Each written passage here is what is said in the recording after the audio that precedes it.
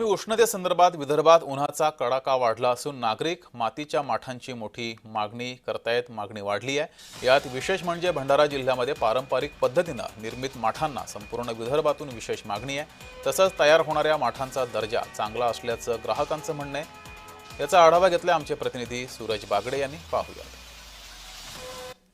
सध्या भंडारा जिल्ह्यामध्ये उन्हाचं तापमान फार वाढलेले आहे आणि सध्या गरिबाच्या फ्रीज म्हणून ओळखल्या जाणाऱ्या जे पारंपरिक पद्धतीने माठ तयार होत आहेत। मी आज भंडारा जिल्ह्यातील लाखनी तालुक्यातील किटाळी या गावामध्ये तुम्ही बघू शकता की अशा पद्धतीने पारंपरिक पद्धतीने माठ तयार होत आहेत।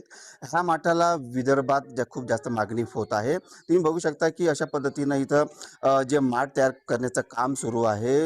हा जो माठ आहे ह्या माठाला भंडारा, गोंदिया, चंद्रपूर तसेच नागपूरच्या बाहेरून सुद्धा खूप मोठ्या प्रमाणात मागणी होत असते। हा माठार जो आहे करीबन उत्पादन जो आहे यांचा करीबन हा 6 महिन्यामध्ये 2.5 ते 3 लाख रुपयाचा उत्पादन सुद्धा होत असतो। हे मातीचे माठ आहेत आणि आम्ही माती तळ्यामधून आणतो आणि आणल्यानंतर त्याला बारीक करून शनीर गारतो आणि त्याच्यानंतर माठ बनवतो।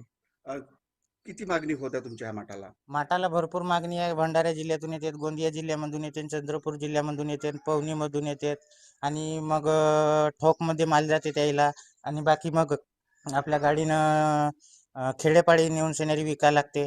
सूरज बागडे, जय महाराष्ट्र न्यूज, भंडारा।